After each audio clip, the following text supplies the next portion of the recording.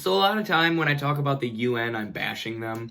Oftentimes the UN just serves Western business interests. Most of their board and positions of power are made up of people in a revolving door between Western multinationals and positions of power in the government. But there are a lot of branches at the UN who do actual real good work, and a lot of great investigators at the UN who do good work. Yemen is one example that comes to mind where the UN has been releasing, essentially the genocide that's going on there, where the Saudis have been taking U.S. Fuel and flying over Yemen and bombing their farms and water sanitation facilities and medical centers, even children's hospitals, in order to put pressure on the population.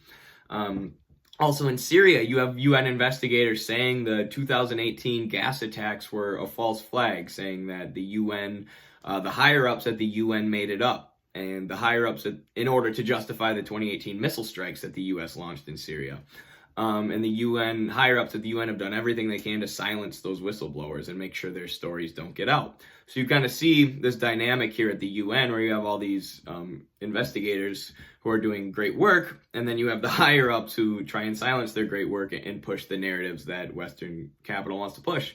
So here we have a great example. The Grayzone is reporting on a UN official in Venezuela who's talking about the effect that multilateral sanctions have had on Venezuela's economy and on their citizens, and the devastating effect it has. That's, of course, been leading to people dying and an increased amount of people dying as the U.S. has continued to sanction Venezuela amidst a global pandemic.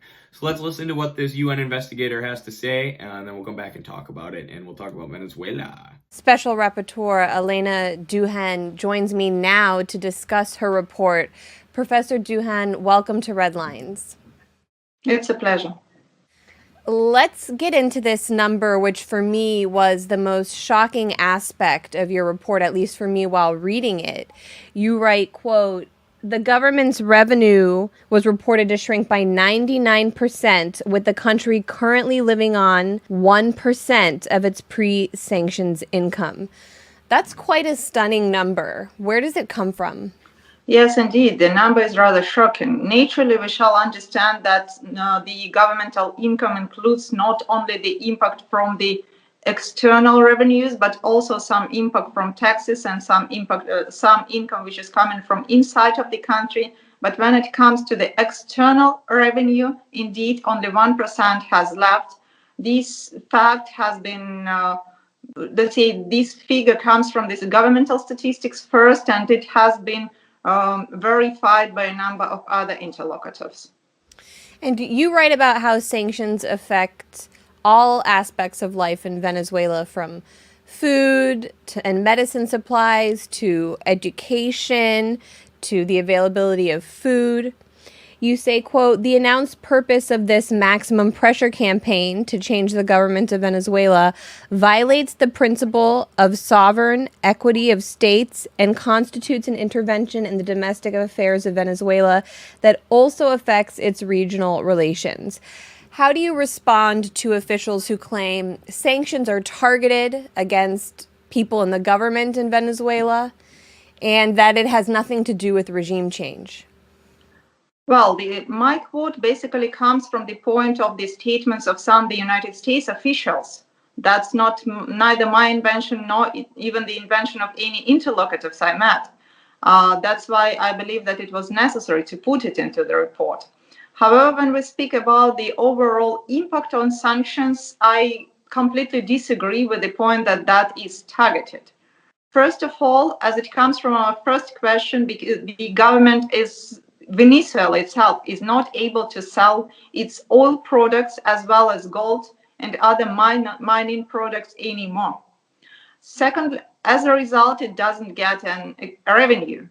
It has no income to support the developmental projects as well as to continue its social policy in the same way it used to do it before 2016. So I'm not going to play too much of their clip there because I want people to go check it out and check out Anya Parampil. She's always killing it with the Venezuela coverage, always providing that oppositional voice to the hegemony of mainstream media. And Fair.org, of course, conducted a study and found that 100% of voices in mainstream media support regime change in Venezuela. So there are no counters to the hegemony right now in the mainstream, and you got to go to people like the Grayzone. So everyone go check that out. But I'm going to give my thoughts on it and some analysis here too.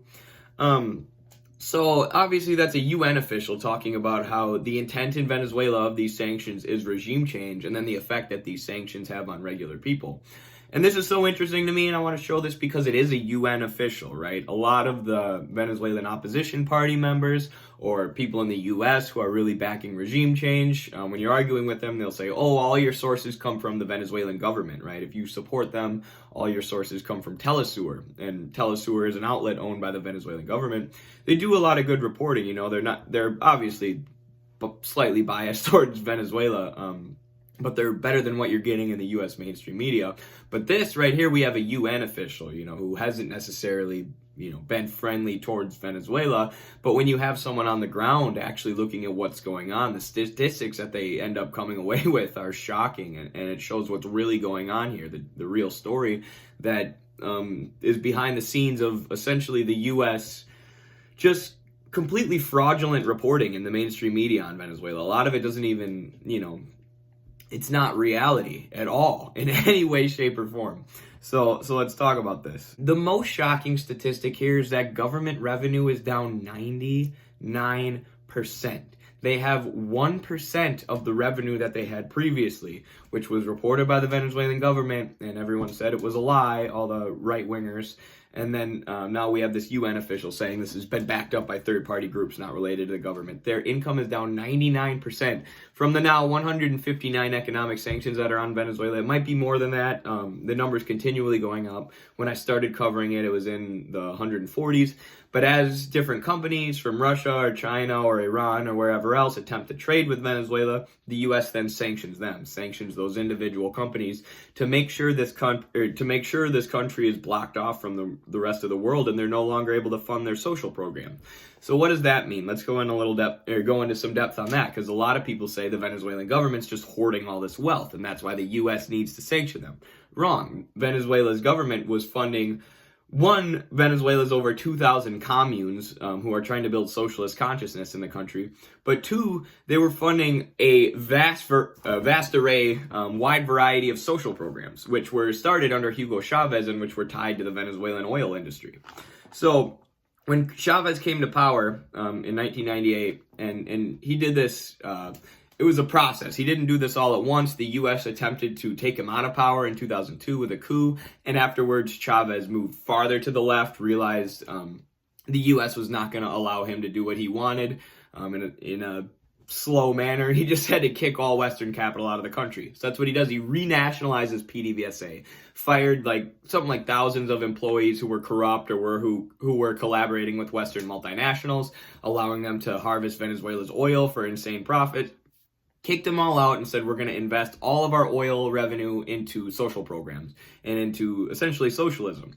So he increases social spending 60.6%, which is $772 billion, is now being spent on social spending instead of going into the pockets of multinationals in the U.S., which we see how much money is at stake here and why the U.S. does all these regime change efforts, how much money their companies are actually losing by not being allowed to just extract oil from Venezuela, which is why the U.S. is the richest country in the world, and Europe has all this money, and of course the global South has a fraction of the wealth that exists in the global North.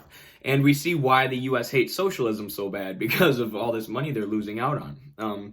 But you're told in the U.S. that this is when Venezuela started to fail, right? As soon as Hugo Chavez kicked the Western companies out, the government took control of the oil company and started spending it on social programs. This is when Venezuela failed.